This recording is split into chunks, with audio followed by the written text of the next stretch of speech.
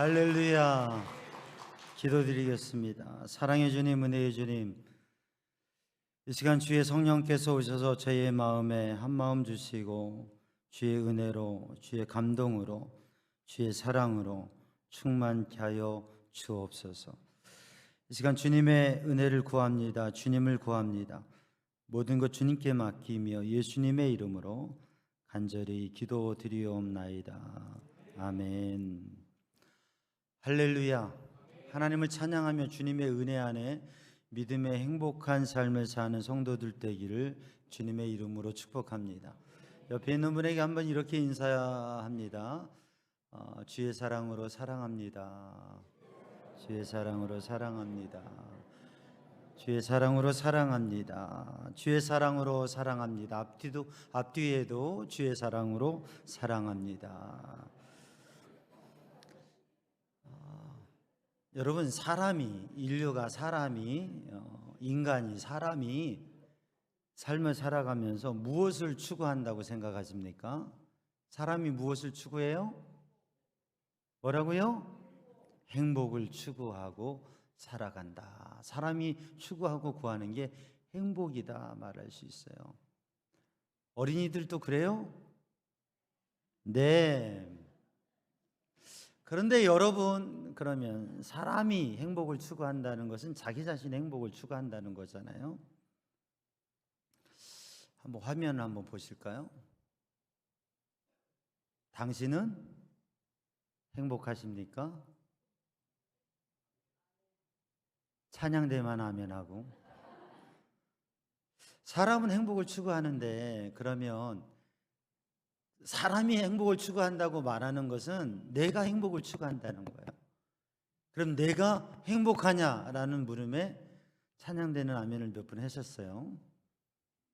근데 사람들에게 물어보면 잘 대답하지 못합니다. 행복하지 못한 이유가 뭘까? 왜 행복하지 못하느냐? 거기에 대해서는 여러 가지를 말할 수가 있어요. 화면 이제 그만 보시고 얘기해 보세요. 믿는 사람들은 그런 생각을 하죠. 하나님께서 나를 사랑하지 않으시나? 하나님께서 왜 나에게 복을 주지 않으시나? 이런 생각을 하죠. 믿지 않는 사람들은, 믿음이 없는 분들은 나는 왜 운명이 왜 이렇지? 라고 생각하죠. 나는 왜 이런 운명이야? 내 왜 불행한 운명이야? 내 마음대로 안 돼.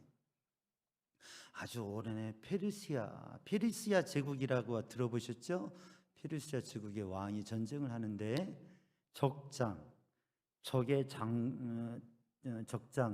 장수를 생포했어요. 근데 그 가족까지 생포해요.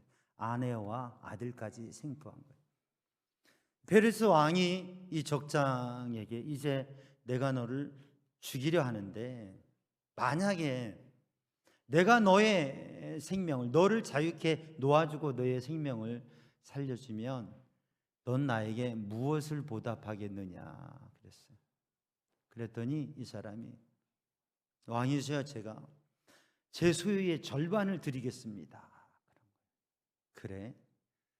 그러면 너의 아들이 참 총명하고 지혜롭다고 하는데 너의 아들을 내가 자유케 살려주면 너는 나에게 어떻게 보답하겠느냐? 그랬더니 제 아들을 살려주신다면 제 모든 재산을 드리겠습니다. 나의 모든 소유를 드리겠습니다. 이 장수에게는 참 지혜롭게 현명한 아름다운 아내가 있었는데 이 왕이 한마디 더 하는 거예요. 그러면 너의 아내를 살려주면, 너의 아내를 자유케 하면 너는 나에게 무엇을 주겠느냐? 줄 게 있어요, 없어요? 없잖아요. 다 줬잖아요. 그때 이 장수가 하는 말이 제 아내를 자유케 해주신다면 제 목숨을 바치겠습니다 라고 했어요. 이 왕이 가만히 생각하더니 이렇게 남편의 사랑을 받는 아내는 얼마나 행복하겠느냐. 행복하게 살아라 라고 다 보내줬다고 하는 거죠. 삶의 가장 위기 그 자리에서 그것을 벗어나고 설 수 있었던 게 뭐냐? 무슨 얘기예요? 사랑. 자기 목숨을 건 사랑 앞에 원수이지만 적이지만 적장이지만 죽이려고 했지만 살려 주었다는 이야기지요. 사랑하는 성도들, 오늘 우리가 이 시간 함께 예배하는 우리 모두가 우리의 인생에서 모두가 행복하기를 원하는데 왜 우리는 혹여 행복하지 못하고, 이 자리에 예배하는 분 중에 어떤 분들은 마음이 많이 속상해서 사람 때문에 마음이 속상하고 일 때문에 환경 때문에 살아가는 게 너무 힘들다, 그런 분도 계실 수 있어요. 하나님께서 우리를 사랑하시고 하나님께서 우리에게 복을 주신다고 그렇게 말씀하시는데 정말인가? 오늘 화면을 다시 한번 보면, 조금 전에 봤던 화면을 봐요. 말라기 1장 2절 말씀을 보면, 구약의 마지막 성경이고 예수님 오시기 400년 전에 말라기 선지자가 하나님 앞에 기도하는데 하나님께서 이렇게 말씀하세요. 자, 함께 읽어볼까요? 첫 줄 시작. 여호와께서 이르시되 내가 너희를 사랑하였노라. 여호와께서 이르시되 내가 너희를 사랑하였노라 라고 말씀. 여호와 하나님께서 말라기를 사랑하시고 그 시대의 하나님의 백성들을 사랑하신다고 하는 말씀. 근데 말라기가 뭐라고 대답하느냐? 이어지는 말씀이 이르기를, 시작. 이르기를 어떻게 우리를 사랑하셨나이까? 하나님께서는 내가 내 백성을, 내가 너를 사랑하였다라고 말씀하시는데, 말라기는, 선지자는 그 하나님의 말씀 앞에 하나님께서 어떻게 우리를 사랑하셨습니까? 하나님께서 어떻게 우리를 사랑하셨습니까? 하나님께서 사랑하시는데 우리가 이 모습입니까? 라고 그렇게 하나님 앞에 여쭤봤던 거죠. 반문했던 거예요. 왜냐하면 역사가 힘들고 괴로운 상황 속에 있었으니까. 그러니까 하나님께서 사랑하신다고 하는데 내 삶의 현실은 그렇지 않으니까 그렇게 의문을 던졌던 것이. 말라기를 쭉 읽어보면 하나님의 사랑 그 앞에서, 하나님의 그 사랑과 은혜 앞에서, 왜 하나님께서 복을 주셨는데 왜 하나님의 백성이 복을 누리지 못했는가, 그것을 말씀하고, 죄 때문에 하나님을 떠나고 멀어졌기 때문에 그래서 하나님께 돌아오라고 말씀하시고 하나님의 그 사랑에 대한 대답을 말씀해 주시는데, 우리 화면에 함께 읽습니다. 오늘 말씀인데요. 시작. 하나님이 세상을 이처럼 사랑하사 독생자를 주셨으니 이는 그를 믿는 자마다 멸망하지 않고 영생을 얻게 하려 하심이라. 아멘. 하나님의 사랑, 하나님의 사랑. 그 하나님의 사랑이, 하나님이 어떻게 사랑하시는지, 하나님이 우리를 어떻게 사랑하시는지 말씀하시는 말씀이 바로 요한복음 3장 16절 말씀입니다. 하나님의 사랑, 하나님께서 어떻게 사랑하시는지, 하나님께서는 하나님의 아들 예수 그리스도를 우리의 죄를 대속하시는 대속자로 이 땅에 보내주셨습니다. 팀 켈러라고 하는 목사님은 미국에서 또 세계적으로 영향력 있는 복음의 사역을 감당하시는 분인데, 그분이 이런 얘기를 했어요. 한번 띄워주세요. 복음은 내가 생각했던 것보다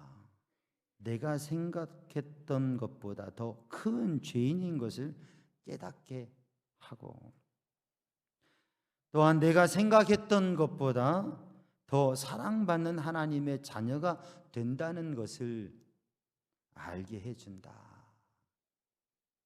보이세요? 글씨가? 복음은, 하나님의 말씀은, 하나님의 사랑이 어떤 거냐면 내가 생각했던 것보다 내가 더 큰 죄인이라고 하는, 나의 죄와 연약함이라고 하는 게 하나님의 말씀 앞에, 하나님 앞에, 복음 앞에 내가 발견되게 되고 생각되게 되고, 내가 생각했던 것보다 하나님의 말씀을 듣고 복음 앞에 서고 하나님 앞에 기도하면서 하나님을 만나게 되면 내가 생각했던 것보다 내가 하나님의 사랑받는, 더 큰 하나님의 사랑을 받은 자녀라고 하는 것을 알게 된다고 하는 거죠. 이 시간 우리 성도들은 어떻습니까? 나의 죄와 연약함, 그리고 그 가운데도 우리를 사랑하시는 놀라운 하나님의 사랑. 우리 하나님의 말씀을 읽어보면 창세기 1장 27절 말씀에, 창세기 1장 27절 말씀에 하나님이 자기 형상 곧 하나님의 형상대로 사람을 창조하시되 남자와 여자를 창조하시고, 하나님께서 사람을 창조하셨다고, 하나님께서 우리를 창조하셨다고 하는 거죠. 그리고 하나님께서 28절 말씀에 보면 하나님이 그들에게 복을 주시며 하나님이 그들에게 이르시되 생육하고 번성하여 땅에 충만하라, 땅을 정복하라, 모든 생물을 다스리라. 하나님께서 사람의 생명을 주시고 하나님께서 사람에게 복을 주셨다고 하는 말씀. 하나님께서 우리에게 복을 주셨다고 하는. 그런데 우리들이 삶을 살아가면서 삶 속에서 복된 삶, 행복한 삶, 하나님의 사랑, 이것이 누려지지 않는 이유는 뭐냐면 하나님의 말씀이 창세기 3장이 보여주는, 또 로마서 3장에서 말씀에서 보여주는 사람의 영적인 상태, 그 모습 때문에 그런 거예요. 창세기 3장을 보면 하나님의 말씀을 불신하고 불순종했던 아담과 하와는 선악과를 먹게 되고, 그래서 에덴에서 쫓겨나고 죄로 인한 삶을 살게 됩니다. 그래서 사람의 영적 상태는 죽은 상태라고 하는 거죠. 하나님과 단절되고 떨어지고 멀어진 상태. 우리가 주님을 믿으면서 주님의 은혜를 누리게 되어지는데 하나님께서 우리의 그 모습을 바라보시고 우리에게 은혜를 베푸셨다고 하는, 우리 로마서 3장 23절 말씀 함께 읽습니다. 시작. 모든 사람이 죄를 범하였음에 하나님의 영광에 이르지 못하더니, 하나님이 말씀하고 있는 아담이 죄를 범하였다고 하는 그 상징적인 의미는 뭐냐면 모든 사람이 죄를 범하였다고 하는 것이고 우리들이 죄 가운데 살아간다고 하는 거예요. 그래서 우리의 힘과 노력으로 하나님의 영광에 이르지 못하는 모습이 되었고, 히브리서 9장 27절 말씀을 우리가 함께 보면 읽습니다. 시작. 한 번 죽는 것은 사람에게 정하여진 것이요 그 후에는 심판이 있으리니. 한 번 죽는 것은 사람에게 정하여진 일이에요. 그렇습니다. 그래서 모두 다 언젠가는 세상을 떠나게 돼요. 제가 장례를 집례할 때마다 생각되는 게 인생의 끝자리, 죽음의 자리에 서게 되는 거죠.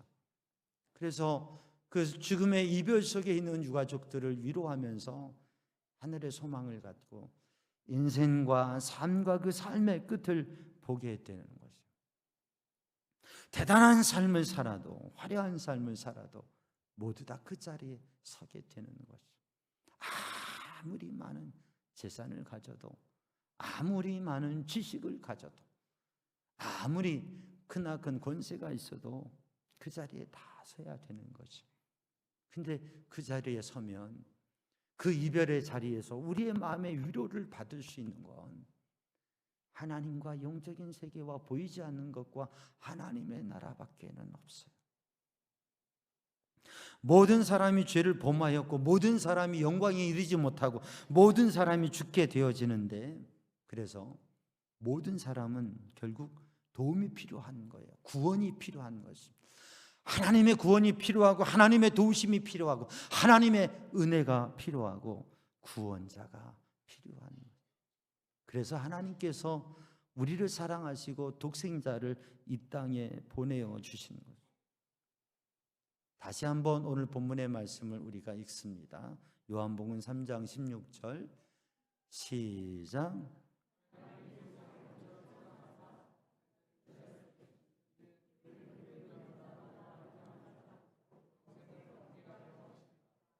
아멘. 하나님이 어떻게 사랑하셨다고요? 이처럼. 여러분 자녀들에게 야, 아빠 엄마가 너 사랑하는 줄 알지? 너는 아빠 엄마를 어떻게 사랑해? 그럼 뭐라 그래요? 어린이들 뭐라 그래요? 이만큼 사랑한다고. 어떻게 사랑한다고요? 이만큼 사랑한다. 이처럼이라고 하는 말씀, 하나님께서 어떻게 사랑하시나? 이처럼, 이만큼 사랑하시는데, 하나님의 사랑은 독생자를 보내셔서 그 독생자 예수 그리스도를 믿음으로 우리가 멸망하지 않고 영생을 얻고 구원을 얻게 하셨다고 하는 거죠. 여러분, 그 하나님의 선물, 하나님의 사랑의 선물을 받는 우리 모든 믿음의 사람들이 되고 이 시간 예배자가 모두가 되기를 주님의 이름으로 축복합니다. 로마서 5장 8절 말씀을 보면, 로마서 5장 8절 말씀을 보면, 아직 우리가 죄인 되었을 때 그리스도께서 우리를 위하여 죽으심으로 하나님께서 우리에 대한 자기의 사랑을 확증하셨느니라. 우리 한번 같이 봉독해 볼까요? 시작. 아직 우리가 죄인 되었을 때 그리스도께서 우리를 위하여 죽으심으로 하나님께서 우리에 대한 자기의 사랑을 확증하셨느니라. 에베소서 1장 7절 말씀 함께 읽습니다. 시작. 그의 피로 말미암아 속량 곧 죄사함을 받았느니라. 아멘. 하나님의 사랑의 선물은 우리의 인생의, 우리의 마음의 근본적인 문제, 죄의 문제를 우리가 해결할 수 없기 때문에 예수 그리스도를 보내셔서 그 피로, 그 보혈, 그 은혜로 우리를 구원하시는 이 구원의 은혜를 하나님께서 우리에게 주신 선물, 사랑의 선물이라고 하는 것이죠. 샌프란시스코에서 있었던 일인데, 미국에서 있었던 일인데, 형제가 있었어요. 형제가 있었는데 형은 아주 모범생이고 의젓하고 아주 책임적이고 그리고 능력 있게 삶을 살아가는 형이었어요. 동생은 거친 표현을 하면 망나니와 같은 나이였어요. 인생도 거칠게 살아가고 막 마음대로 살아가고 제멋대로 살아가는 그런 동생이었어요. 그런데 어느 날 이 동생이 형에게 밤에 찾아와서 몸에 셔츠에 피투성이가 피를 묻혀가지고 온 거예요. 야, 무슨 일이냐 그랬더니 글쎄 자기가 사람을 죽였다는 거예요. 그러면서 어찌할 줄 모르는 그러한 동생에게 형이 야, 너무 걱정하지 마. 괜찮아. 그리고 너 옷을 벗어. 티셔츠를 벗게 하고 자기가 그 옷을 입고 형의 옷을 동생이 입혀줬어요.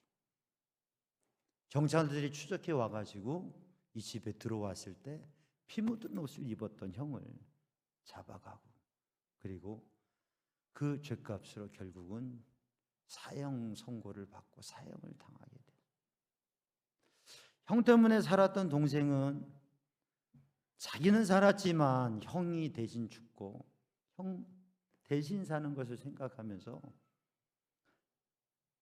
내가 지난 일이지만 내가 사실 살인범이라고 그렇게 법원에 얘기를 했지만 사건이 종료되었으니 당신은 자유라고 했다고 해요.